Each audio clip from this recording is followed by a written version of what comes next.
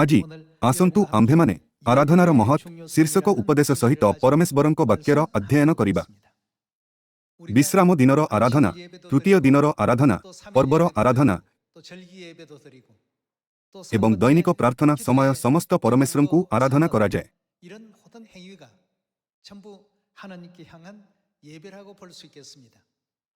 ତେବେ ଆମେ କାହିଁକି ଆରାଧନା କରିବା ଉଚିତ? ଅନେକ ଲୋକ ବିଶ୍ୱାସ କରନ୍ତି ଯେ ଆରାଧନା ଚର୍ଚ୍ଚରେ ଯୋଗଦେବା, ପ୍ରଶଂସା ଗାନ କରିବା, ପରମେଶ୍ୱରଙ୍କ ବାକ୍ୟ ଶୁଣିବା ଏବଂ ପ୍ରାର୍ଥନା କରିବା ବିଷୟରେ ଅଟେ।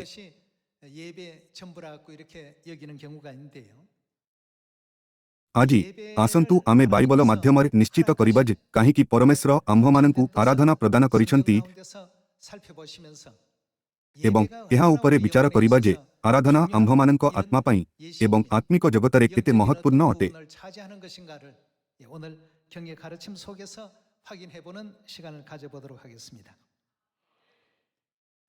ଆସନ୍ତୁ ଆମେ ଗୀତ ସଂହିତା ଅଧ୍ୟାୟ 50 ଖୋଲିବା।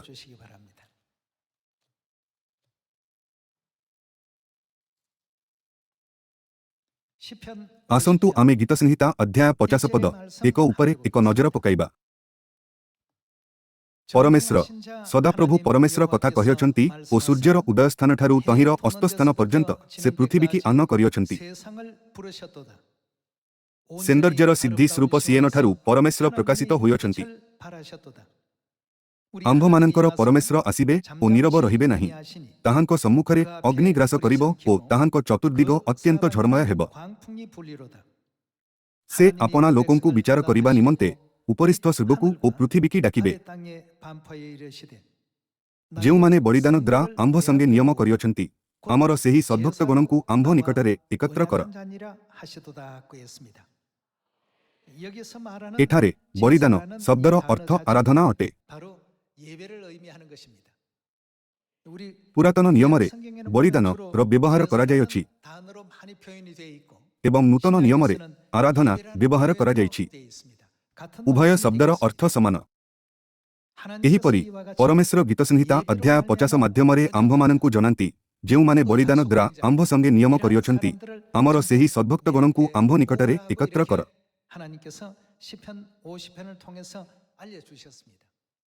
ତେବେ କାହିଁକି ଆରାଧନା ଆବଶ୍ୟକ ଏବଂ କେଉଁଠାରୁ ଏହାର ଆରମ୍ଭ ହେଲା? ମାନବ ଜାତିଙ୍କୁ ଏହା ବୁଝାଇବା ନିମନ୍ତେ ପରମେଶ୍ୱର ଏଦନ ଉଦ୍ୟାନର ଇତିହାସ ମାଧ୍ୟମରେ ଏହି ବିଷୟକୁ ବ୍ୟାଖ୍ୟା କରନ୍ତି। ଆଦମ ଏବଂ ହବା ନିଷିଦ୍ଧ ଫଳ ଖାଇ ପାପ କରିବା ପୂର୍ବରୁ ଆରାଧନା କରିବାର କୌଣସି ଆବଶ୍ୟକତା ନଥିଲା। ସେମାନେ ପାପ କରିବା ପରେ ପରମେଶ୍ୱର ଆଦମ ଓ ହବାଙ୍କ ପୁତ୍ର ହେବଲ ଓ କଇନଙ୍କ ମାଧ୍ୟମରେ ଏଦନର ଗୌରବ ପୁନଃସ୍ଥାପିତ କରିବାର ମାର୍ଗ ପ୍ରକାଶ କଲେ।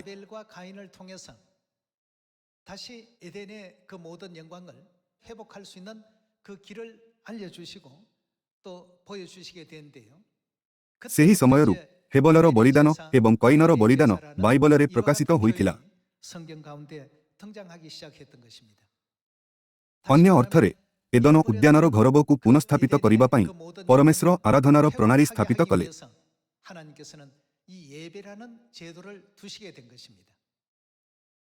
ବାସ୍ତବରେ ଆମ୍ଭେମାନେ ସେଡ଼ିଏ ପାପୀ ଅଟୁ ଯେଉଁମାନଙ୍କୁ ଏହି ପୃଥିବୀକୁ ନିକ୍ଷେପ କରାଯାଇଥିଲା।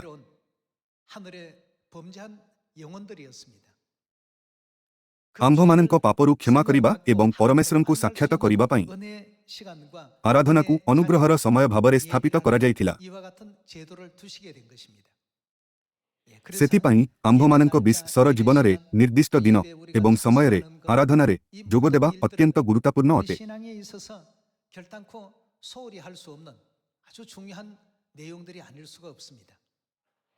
ଏହା କାରଣ ହେଉଛି ପରମେଶ୍ୱରଙ୍କ ଇଚ୍ଛା ସେଡ଼ିଏ ପାପୀମାନଙ୍କୁ କ୍ଷମା କରିବା ଆରାଧନାରେ ଅନ୍ତର୍ଭୁକ୍ତ ଅଟେ।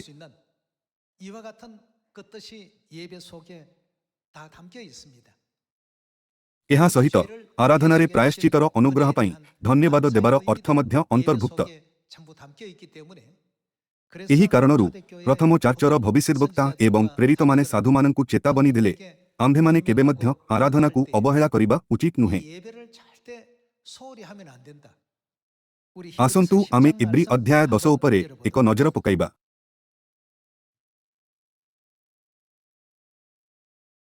ଏବ୍ରୀ ଅଧ୍ୟାୟ 10 ପଦ 22। ଆସ ଆମ୍ଭେମାନେ ହୃଦୟ ପ୍ରକ୍ଷାଳନ ଦ୍ୱାରା କଳୁଷିତ ବିବେକରୁ ଶୁଚୀକୃତ ଓ ନିର୍ମଳ ଜଳରେ ଧେତ ଶରୀର ହେଇ ସରଳ ହୃଦୟ ସହ ପୂର୍ଣ୍ଣ ବିଶ୍ୱାସରେ ଈଶ୍ୱରଙ୍କ ନିକଟବର୍ତ୍ତୀ ହେଉ।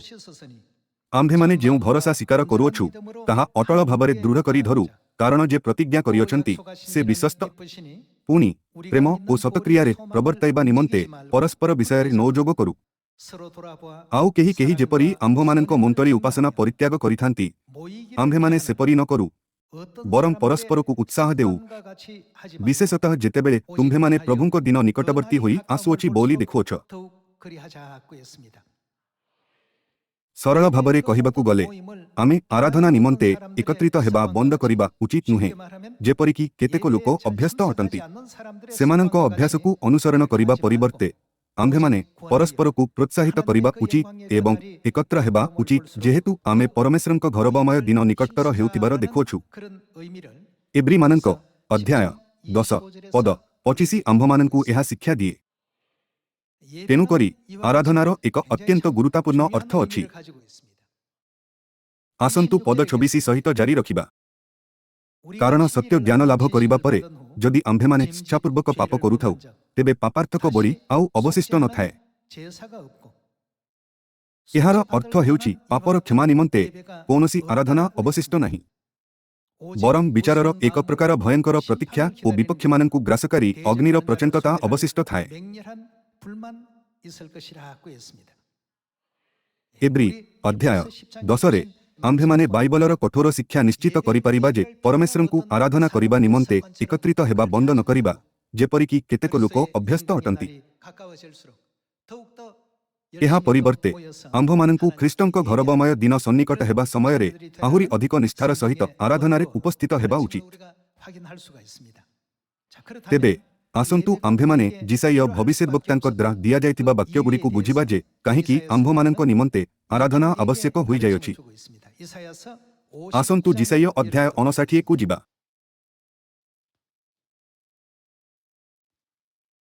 ଯିଶାୟ ଅଧ୍ୟାୟ 59 ପଦ 1।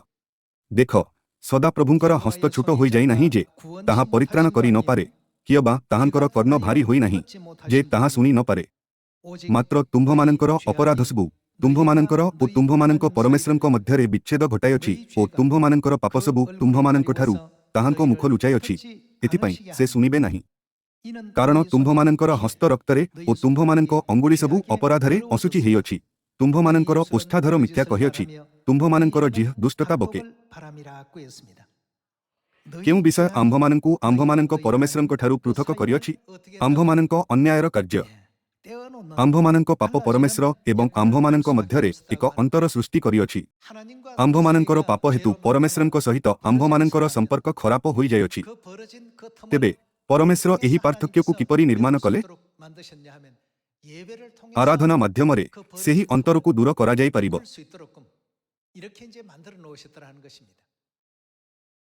ତେଣୁକରି ବାଇବଲ ଆମ୍ଭମାନଙ୍କୁ ଶିକ୍ଷା ଦିଏ ଯେ ଆରାଧନା ସମୟରେ ପରମେଶ୍ୱର ଆମ୍ଭମାନଙ୍କ ସହିତ ରହିଥାନ୍ତି,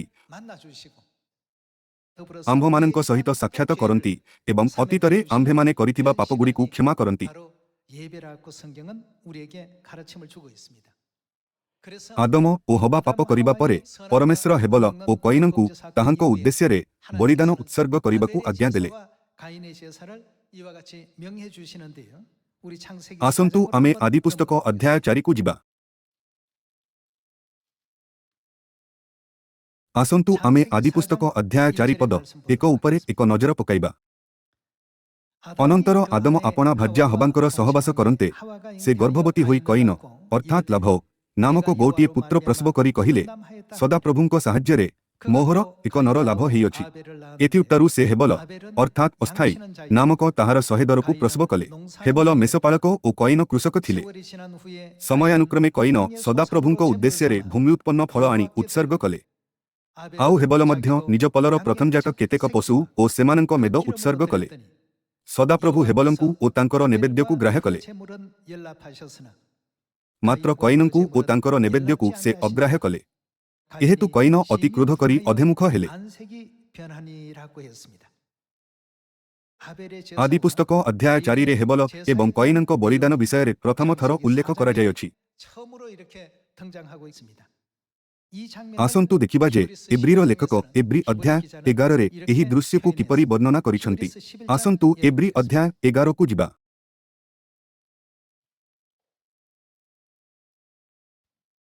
ଅଧ୍ୟାୟ 11 ପଦ 4।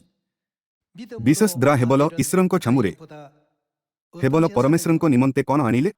କଇନ ଅପେକ୍ଷା ଉତ୍କୃଷ୍ଟ ବଳି ଉତ୍ସର୍ଗ କଲେ ଓ ତଦ୍ୱାରା ସେ ଧାର୍ମିକ ବୋଲି ସାକ୍ଷ୍ୟ ପାଇଲେ। ଈଶ୍ୱର ନିଜେ ତାଙ୍କ ଦାନ ସମ୍ବନ୍ଧରେ ସାକ୍ଷ୍ୟ ଦେଲେ। ଆଉ ସେ ମୃତ ହେଲେ ହେଁ ବିଶେଷ ଦ୍ରା ଆଜି ପର୍ଯ୍ୟନ୍ତ କଥା କହୁଅଛନ୍ତି। ହେବଲ କଇନଙ୍କ ଅପେକ୍ଷା ପରମେଶ୍ୱରଙ୍କ ଉଦ୍ଦେଶ୍ୟରେ ଉତ୍ତମ ବଳିଦାନ ଉତ୍ସର୍ଗ କଲେ। କଇନ ପରମେଶ୍ୱରଙ୍କ ଉଦ୍ଦେଶ୍ୟରେ କିଛି ଶସ ନୈବେଦ ରୂପରେ ଉତ୍ସର୍ଗ କଲେ।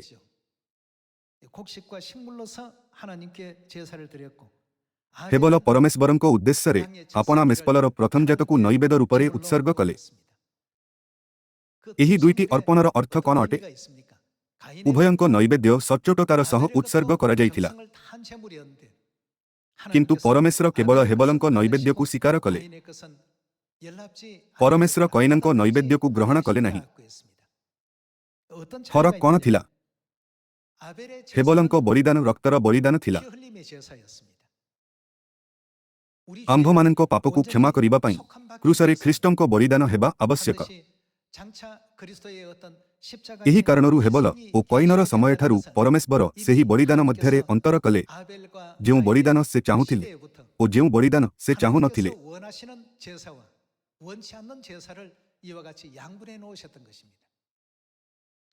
ସଚ୍ଚୋଟତା ଦୃଷ୍ଟିରୁ କଇନ ଅଧିକ ପ୍ରୟାସ କରିଥିଲେ। ସେ ବିହନ ବୁଣିଲେ, ସେଗୁଡ଼ିକର ଯତ୍ନ ନେଲେ ଏବଂ ଠିକ୍ ସମୟରେ ସେଗୁଡ଼ିକୁ ପାଣି ଦେଲେ।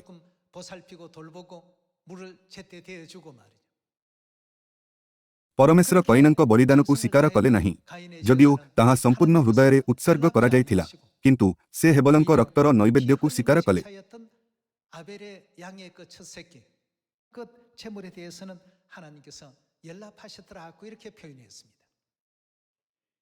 ସେମାନଙ୍କର ଅର୍ପଣ ଭିନ୍ନ ଥିଲା, କିନ୍ତୁ ଏହା ହିଁ ସମସ୍ୟା ନଥିଲା।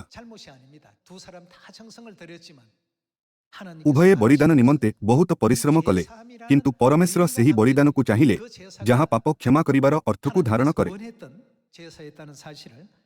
ଏହା ଦର୍ଶାଏ ଯେ ଖ୍ରୀଷ୍ଟ ତାହାଙ୍କ ରକ୍ତ ମାଧ୍ୟମରେ ପରମେଶ୍ୱର ଏବଂ ଆମ ମଧ୍ୟରେ ଥିବା ବ୍ୟବଧାନକୁ କିପରି ଦୂର କରିବେ।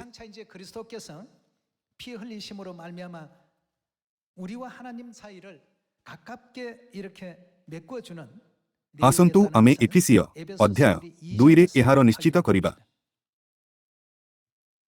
ଆସନ୍ତୁ ଆମେ ଏଫିସିୟ ଅଧ୍ୟାୟ 2 ପଦ 13 ଉପରେ ଏକ ନଜର ପକାଇବା।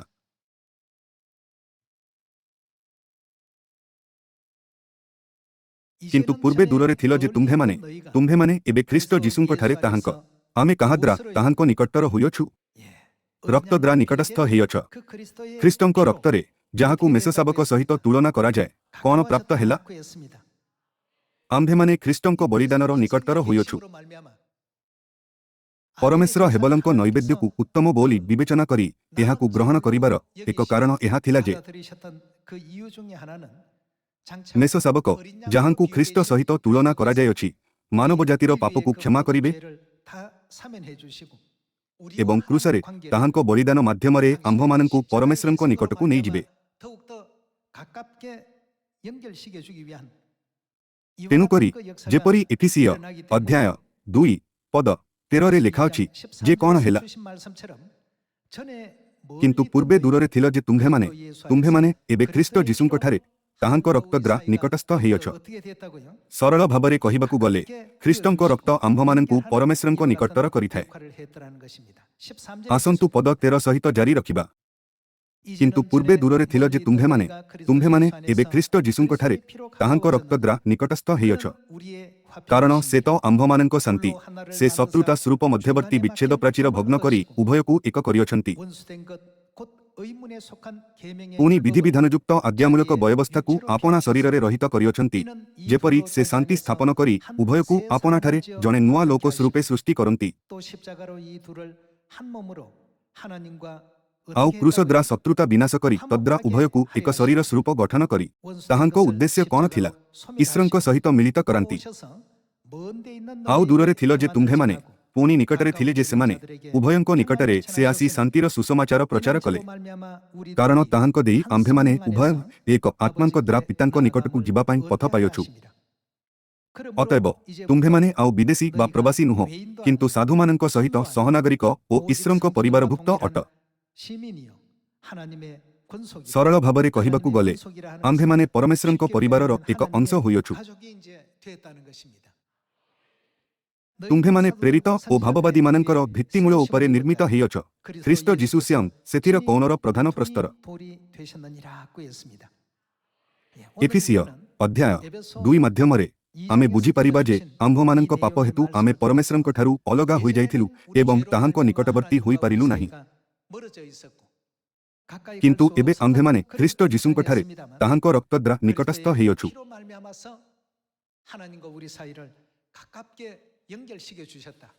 ତେଣୁକରି ଆମ୍ଭେମାନେ ଆଉ ବିଦେଶୀ ବା ପ୍ରବାସୀ ନୁହଁ, କିନ୍ତୁ ପବିତ୍ର ଲୋକମାନଙ୍କର ସଙ୍ଗୀ ଦେଶୀ ଏବଂ ପରମେଶ୍ୱରଙ୍କ ପରିବାରଭୁକ୍ତ ଅଟୁ। ସରଳ ଭାବରେ କହିବାକୁ ଗଲେ ଆମେ ପରମେଶ୍ୱରଙ୍କ ପରିବାରରେ ପରିଣତ ହୋଇଅଛୁ। ପରମେଶ୍ୱର ଆମ୍ଭମାନଙ୍କୁ ତାହାଙ୍କୁ ପିତା ଓ ମାତା ବୋଲି ଡାକିବାକୁ ଏବଂ ସିଓନର ସେହି ସଦସ୍ୟମାନଙ୍କୁ ଯେଉଁମାନେ ସତ୍ୟରେ ଅଛନ୍ତି ଭାଇ ଓ ଭଉଣୀମାନେ କହିବାକୁ ଅନୁମତି ଦେଲେ।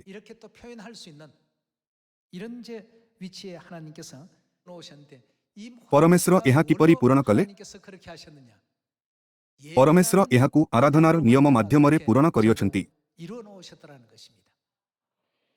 କିଛି ସଦସ୍ୟ ବଳିଦାନ ଓ ଆରାଧନା ବିଷୟରେ ପଚାରୁଛନ୍ତି।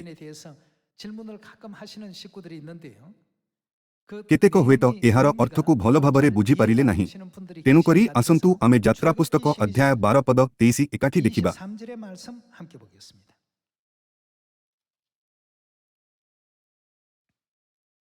ଆସନ୍ତୁ ଆମେ ଯାତ୍ରା ପୁସ୍ତକ ଅଧ୍ୟାୟ 12 ପଦ 23 ଉପରେ ନଜର ପକାଇବା।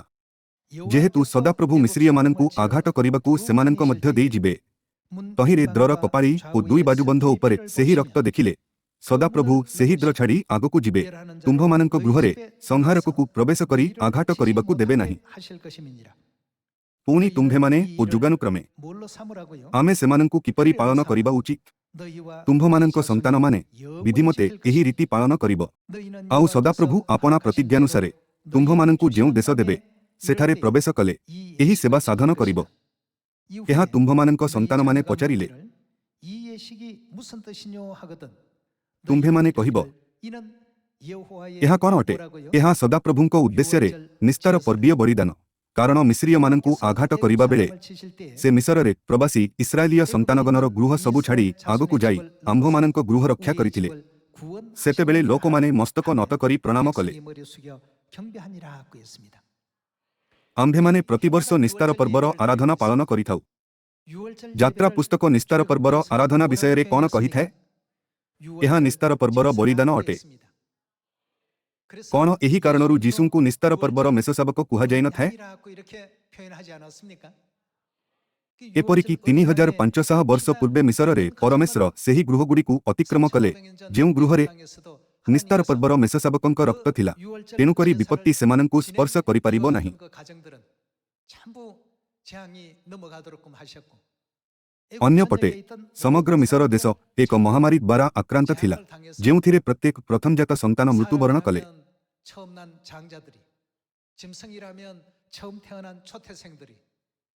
ଏହି ଭୟଙ୍କର ଦୃଶ୍ୟ ବାଇବଲରେ ଲିପିବଦ୍ଧ ହୋଇଛି।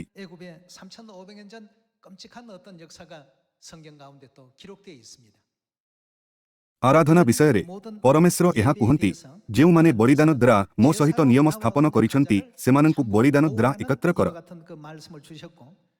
ଯାତ୍ରା ପୁସ୍ତକ ଅଧ୍ୟାୟ 12ରେ ପରମେଶ୍ୱର ନିସ୍ତାର ପର୍ବକୁ ଆରାଧନା ଓ ବଳିଦାନ ଭାବରେ ଉଲ୍ଲେଖ କରିଥିଲେ। ତେଣୁକରି ପରମେଶ୍ୱର ହେବଲଙ୍କ ନୈବେଦ୍ୟକୁ ଗ୍ରହଣ କଲେ ଓ କହିଲେ ଯେ ସେ କଇନଠାରୁ ଉତ୍ତମ ନୈବେଦ୍ୟ ଆଣିଲେ, କାରଣ ହେବଲଙ୍କ ନୈବେଦ୍ୟ ମେଷଶାବକର ରକ୍ତ ସହିତ ଥିଲା ଏବଂ କଇନର ନୈବେଦ୍ୟ ବିନା ରକ୍ତର ଥିଲା।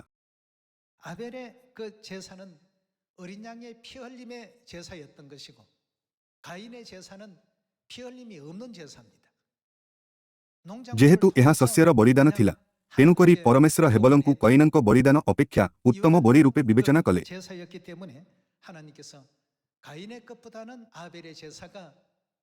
परमेश्वर हेबलଙ୍କ नैवेद्यକୁ स्वीकार कले एवं कयिनଙ୍କ नैवेद्यକୁ अस्वीकार कले कारण मानव जातिर पापକୁ क्षमा करिबा निमन्ते ताहांकर महान इच्छा रक्तर बलिदानरे निहित थिला। 아벨의 제사를 받아들이시고 가인의 제사를 하나님께서 거절하셨던 것입니다. 가인의 परमेश्वरଙ୍କ 제사를 मनरे कयिनଙ୍କ विरुद्धरे कोनोसी वैरभाव नथिला। 결코 아니죠. 그러나 गोटिए रक्तर 제사의 बलिदान थिला 양상이 एवं अन्यटी बिना रक्तर 한 बलिदान 사람은 थिला। 피 흘림의 제사, 한 사람은 피 흘림이 없는 제사. परमेश्वर रक्तर बलिदानକୁ स्वीकार करी मानव जातिर पाप ପାଇଁ से कौन करिबे ताहा पूर्वरु दर्शाइथिले। 하신다는 뜻을 미리 보여주셨던 것이죠. सेथिପାଇଁ एब्रीरे लेखा अछि जे हेबल कयिन अपेक्षा परमेश्वरଙ୍କୁ उत्तम बलि उत्सर्ग कले। 제사를 하나님께 드렸더라. 히브리서에는 그렇게 기록이 되어 있었던 것입니다. शेषरे जेतेबेले जीसु ख्रीष्ट निस्तार पर्व मेषशाबक भावरे एही पृथ्वीକୁ आसिले एवं बलिदान हेले 희생되어 주심으로 सेतेबेले परमेश्वर एवं आम्भମାନଙ୍କ ମଧ୍ୟରେ ସମ୍ପର୍କର କ'ଣ ହେଲା? 어떻게 한다는 것입니까? क्रूसरे रक्त झराई କ'ଣ ସେ ସମ୍ପର୍କକୁ ପୁନର୍ଜୀବିତ କରିନାହାନ୍ତି? 하나님과 우리 사이를 어떻게 해 놓으셨습니까? परमेश्वर आम्भମାନଙ୍କୁ निकटवर्ती କରିଅଛନ୍ତି। 가깝게 해 놓으시고 फलस्वरूप बाइबल आम्भମାନଙ୍କୁ ଶିକ୍ଷା ଦିଏ ଯେ ଆମ୍ଭେମାନେ 우리가 ଯେଉଁମାନେ ଅତୀତରେ ବିଦେଶୀ ଏବଂ ପ୍ରବାସୀ ଥିଲୁ ବର୍ତ୍ତମାନ परमेश्वरଙ୍କ ପରିବାରର ଏକ ଅଂଶ ଅଟୁ। 이렇게 성경은 우리에게 또 알려주고 있는 것입니다. ସେଥିପାଇଁ ଆରାଧନା ଆମ୍ଭମାନଙ୍କ ପାଇଁ ଅତ୍ୟନ୍ତ ଗୁରୁତ୍ୱପୂର୍ଣ୍ଣ। 중요합니다. ସେଥିପାଇଁ परमेश्वर କହିଲେ ଯେ ଆମ୍ଭେମାନେ କେବେ ମଧ୍ୟ ଆରାଧନା ପାଇଁ ଏକତ୍ରିତ ହେବା ବନ୍ଦ କରିବା ଉଚିତ ନୁହେଁ। କ'ଣ परमेश्वर ଆମ୍ଭମାନଙ୍କୁ ସ୍ମରଣ କରାଇ ଦିଅନ୍ତି ନାହିଁ ଯେ ଆମ୍ଭେମାନେ ସର୍ବଦା ତାହାଙ୍କୁ ଆରାଧନା କରିବା ଉଚିତ ଯାହାଫଳରେ ଆମ୍ଭେମାନେ ପରିତ୍ରାଣ ପାଇପାରିବା, ପାପ କ୍ଷମା ପ୍ରାପ୍ତ କରିପାରିବା ଏବଂ ଆମ୍ଭମାନଙ୍କ ସିଦ୍ଧିୟ ଘରକୁ ଫେରିପାରିବା। ଆସନ୍ତୁ ଆମେ ବାଇବଲ ମାଧ୍ୟମରେ ନିଶ୍ଚିତ କରିବା ଯେ ଖ୍ରୀଷ୍ଟ ନିସ୍ତାର ପର୍ବର ବଳିଦାନରେ ପରିଣତ ହେଲେ। 한번 확인해 보도록 하겠습니다. ଆସନ୍ତୁ ପ୍ରଥମ କରିନ୍ଥିୟ ଅଧ୍ୟାୟ 5 ପଦ 7 ଦେଖିବା।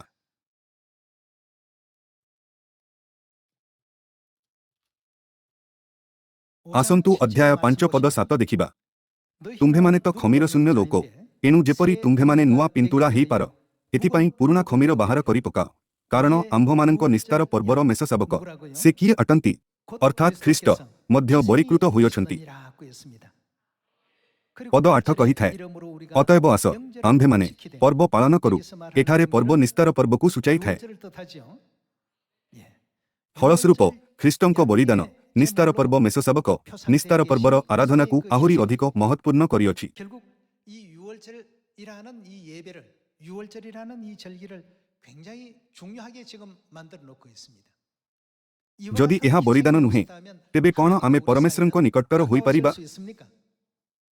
ସ୍ୱର୍ଗରେ ଆମ୍ଭମାନଙ୍କ ପାପ ହେତୁ ଆମେ ସବୁଦିନ ପାଇଁ ଅଲଗା ହୋଇଯାଇଥିଲୁ, କିନ୍ତୁ କ୍ରୁସରେ ଖ୍ରୀଷ୍ଟଙ୍କ ବଳିଦାନ ଦ୍ୱାରା ଆମ୍ଭେମାନେ ପରମେଶ୍ୱରଙ୍କ ନିକଟକୁ ଆସିଅଛୁ। 희생으로 말미암아서 멀어졌던 하나님과 우리 관계를 더욱더 가깝게 해주시고 ଅତୀତରେ ଆମେ ବିଦେଶୀ ଓ ପ୍ରବାସୀ ଥିଲୁ, 과거에는 외인이었고 କିନ୍ତୁ ବର୍ତ୍ତମାନ ଆମେ ପରମେଶ୍ୱରଙ୍କଠାରେ କ'ଣ ହୋଇଅଛୁ?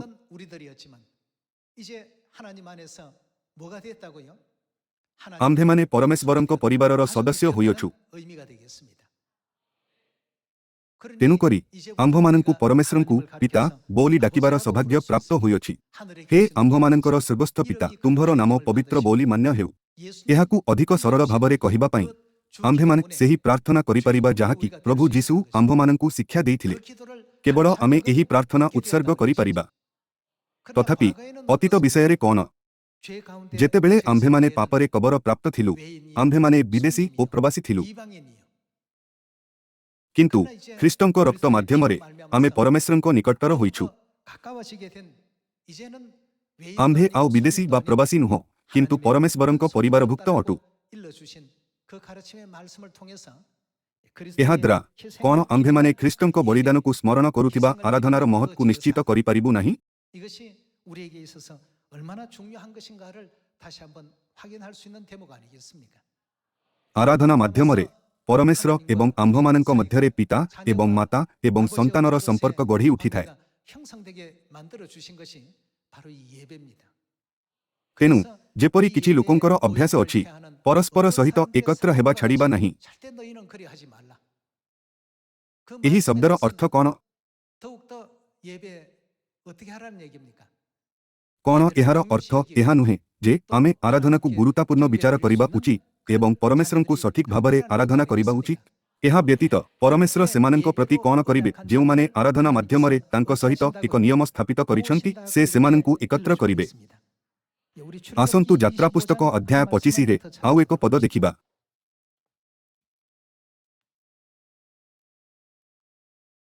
ଯାତ୍ରା ପୁସ୍ତକ ଅଧ୍ୟାୟ 25 ପଦ 40।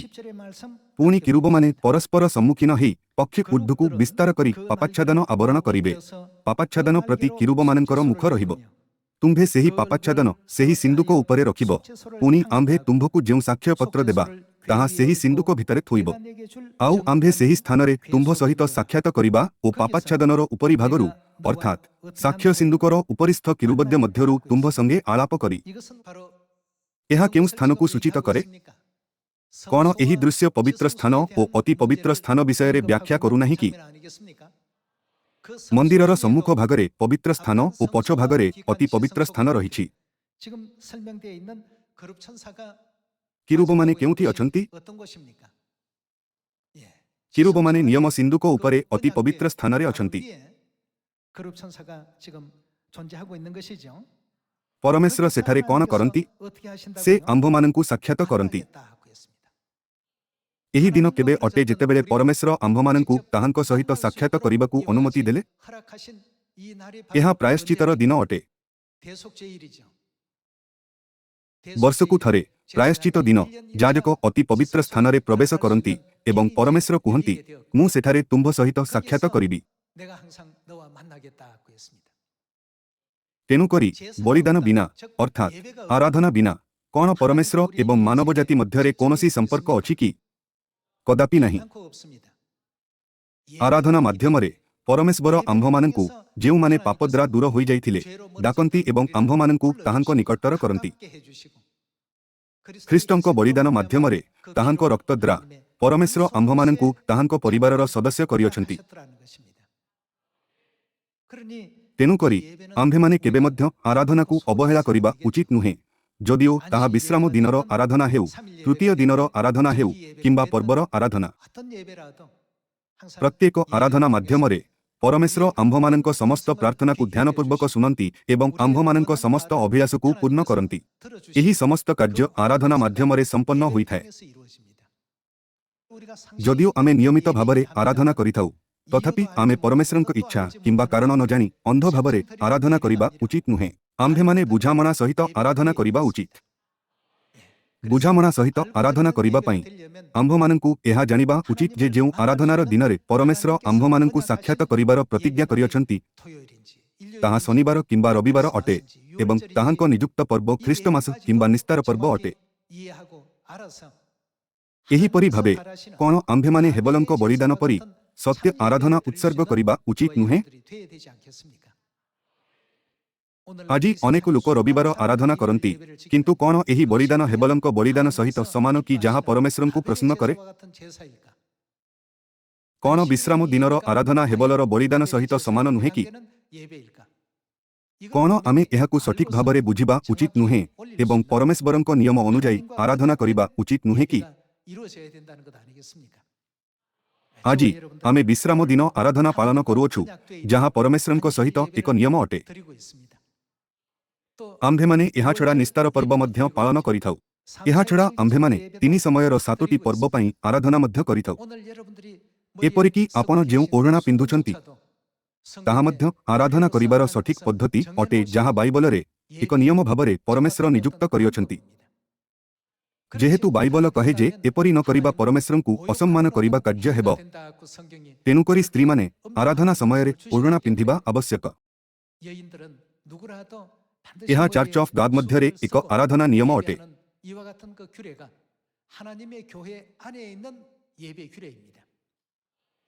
କ'ଣ ଏହି ଆରାଧନାର ବ୍ୟବସ୍ଥା ପ୍ରେରିତଙ୍କ ଯୁଗରୁ ପାଳନ କରାଯାଉ ନାହିଁ କି?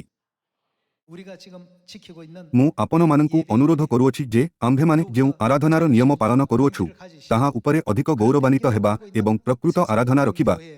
ଏହାଦ୍ୱାରା ଆମେ ବିଶ୍ୱର ସେହି ସମସ୍ତ ଚର୍ଚ୍ଚକୁ ସଠିକ୍ ଶିକ୍ଷା ପ୍ରଦାନ କରିପାରିବା। ମୁଁ ଆଜିର ଉପଦେଶ ଶେଷ କରିବାକୁ ଚାହୁଁଅଛି। ଆପଣଙ୍କୁ ବହୁତ ବହୁତ ଧନ୍ୟବାଦ।